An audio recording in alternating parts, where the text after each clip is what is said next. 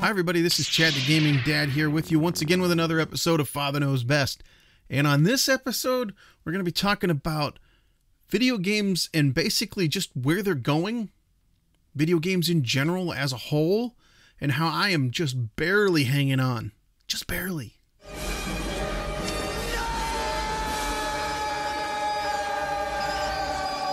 Okay, so what I mean by just barely hanging on is I've been playing video games, as you know, forever, since I was a little kid in the 70s, all the way up till now.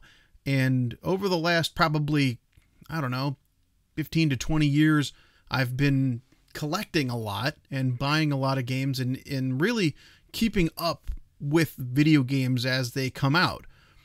Keeping up with the new stuff, playing new things, buying new things, upgrading hardware, whether it's on a PC or new consoles, all that kind of stuff. Gets kind of pricey, but that's the thing that I'm into. That's my hobby, right? That's what people, I mean, guys have hobbies where they fix old cars or something, and that costs money too. Yeah, that's why you make money, is so that you can enjoy yourself in life and everything. So forget about how much it costs. But the thing that I'm starting to lose it here, and I'm just barely hanging on, is the way games are going, the direction that I see everything moving toward is something that I don't know that I'm all that interested in. And that's a real shocker to me personally. I don't know if you feel the same way out there, but as far as I'm concerned, I feel like this round of consoles, you know, the PS4 and the Xbox One and the Switch and everything, I think this might actually be my last round of consoles. And I mean, tomorrow I may change my mind, but right now I feel like this is going to be it. I'm starting to lose my grip on video gaming in general. I continue to want to play games, and I do play lots of games, but I find myself more attracted to things that they're just not doing anymore. Or maybe I'm just not as attracted to the things they are doing nowadays. So let's take, for example, GT Sport, Gran Turismo Sport. It's coming out. It's out now. It's actually coming out today as I'm recording this. But I'm a huge Gran Turismo fan.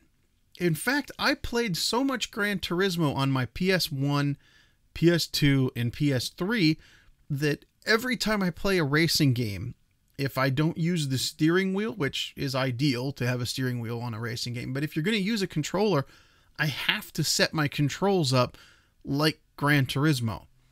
And what I mean by that, I have to set my controls where this is your throttle and this is steering. I hate using triggers for throttle.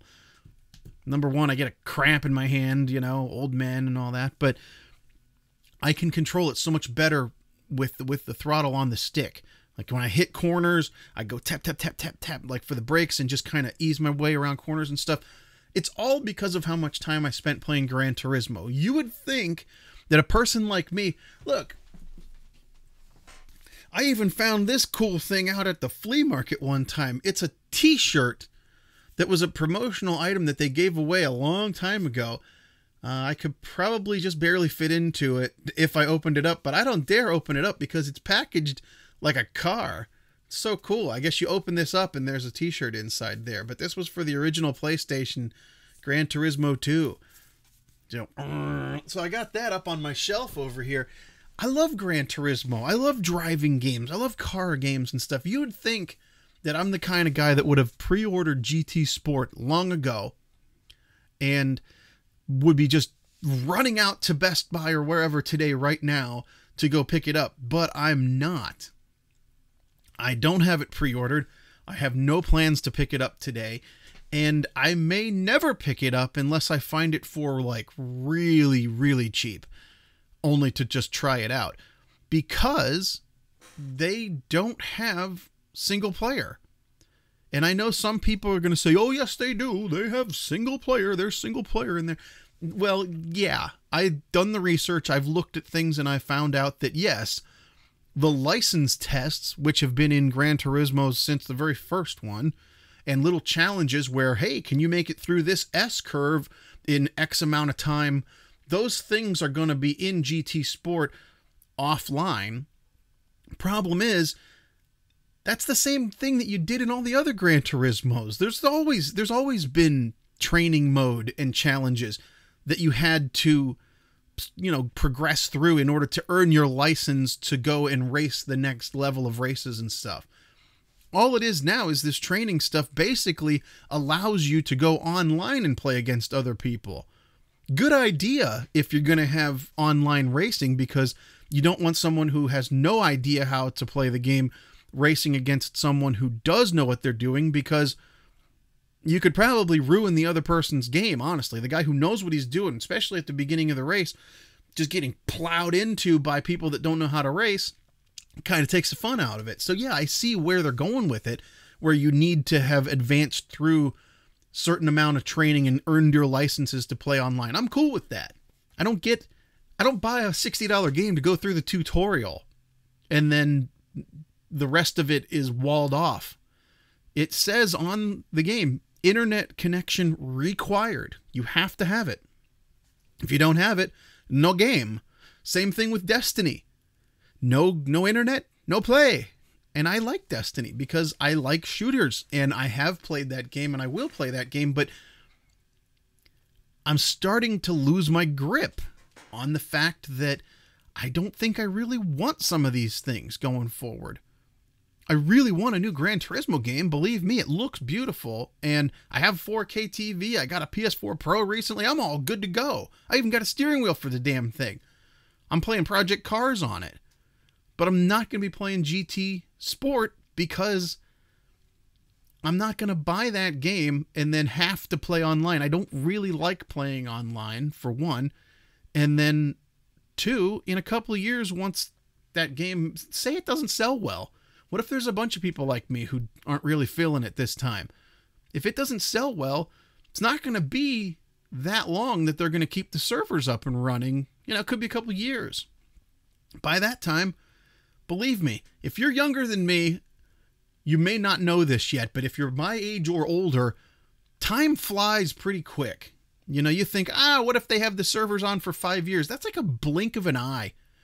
My daughter's 7. She was born yesterday, it feels like to me. That's 7 years. Okay? Things go by pretty quickly. So you might buy a game and play it for a while and then want to go back to it later, only to find out that a few years later doesn't feel like that long of time, but it's been a few years and that server's gone. What are you going to do? It's a coaster. It's junk. The only reason why I bought Destiny 2 is because I played so much of Destiny 1 and I wanted to try it out. And there is some single player stuff in there, but again, it's online required as well. If they shut off the servers, kaputs. Now that game I don't think is going anywhere anytime soon, so whatever, I'll play it for now. The game's as a service, right? That game's gonna go away. The other thing I wanted to talk about today is Star Wars Battlefront. It's the loot box thing. Oh my god, the loot boxes. I am more of a Star Wars fan than I am a Gran Turismo and driving game fan. I mean, if you look, maybe not in this shot where you're seeing me, but I have Star Wars posters up. I have Star Wars Legos up there. I'm a Star Wars kid. I was raised on that stuff. And I didn't like Battlefront, the new one, very much because it wasn't pay to win, but it was like, if you don't devote your whole life to it and play it 100 hours, you're not even going to be competitive with the other people because you're not going to unlock the good guns. I hated that about Star Wars Battlefront. Battlefront 2 is taking it to the next level, where not only do you have to play a lot of it in order to unlock things, but now you have to pay a lot of money to go ahead and unlock these loot boxes that are the only way, it seems, I don't know for a fact, but from what I'm reading and from what I'm watching online, they are holding back some of the best guns and the more potent weapons behind this paywall of loot boxes and stuff. And then they say, oh, no, it's okay. Don't worry about it. You can't even use those things until you're level such and such. So this is what EA is telling us. Give us $60 up front for the game. We're going to let you play a little bit. And then in order for us to give you better guns, you're going to give us more money. But you can't even use the guns that you just bought with new money until you've spent hundreds of hours in the game. That's not fun to me. That's a job. That's a job. Okay? And I don't want to do that. I've got enough jobs. I don't need to sign up for jobs to play video games. That's not what I'm here for. It's crazy. So I'm a huge racing fan.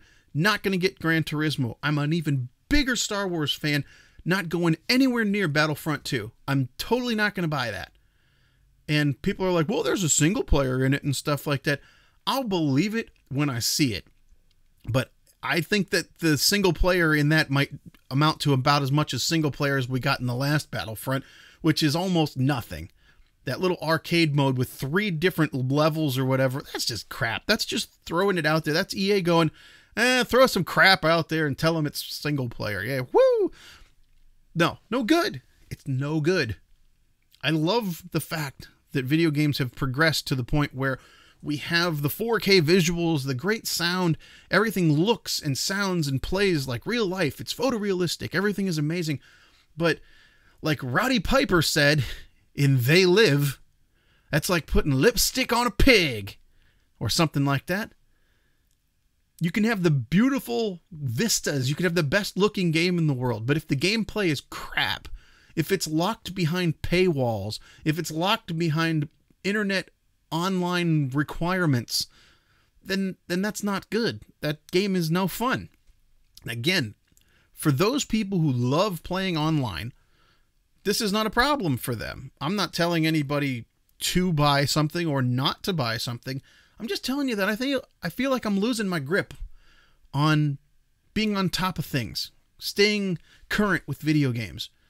And I feel like it's almost time for me to hang it up and just say, I'm done. It'll be the hardest thing I've ever had to do, probably, because I've been doing this for so long. I'm a creature of habit, and I'm not going to stop wanting to try out new games. I have a compulsion. I feel compelled to try every game. I want to see what they all feel like, how they play. I enjoy what they look like. I love the artwork and everything. I really want to consume the video games. I love them, but I can't support where they're going with this stuff. It's just, maybe it's just not for me. I don't know. But that's what I'm talking about this week on Father Knows Best. It's a sad day, but I feel like I'm starting to slip away from video games as far as the new stuff. This will become a retro-only channel real fast once they keep pushing me out of the new stuff, and then that's a sad thing. But hey, at least I've got a pretty good collection going on that I can fall back on. But it seems like sooner than I think, the new stuff might just be something that I'm just not into anymore. It's terrible. So till next time, remember, you never outgrow video games. My name's Chad the Gaming Dad, and thank you for watching. We'll see you on the next one, and so long, everybody. Thanks again for watching.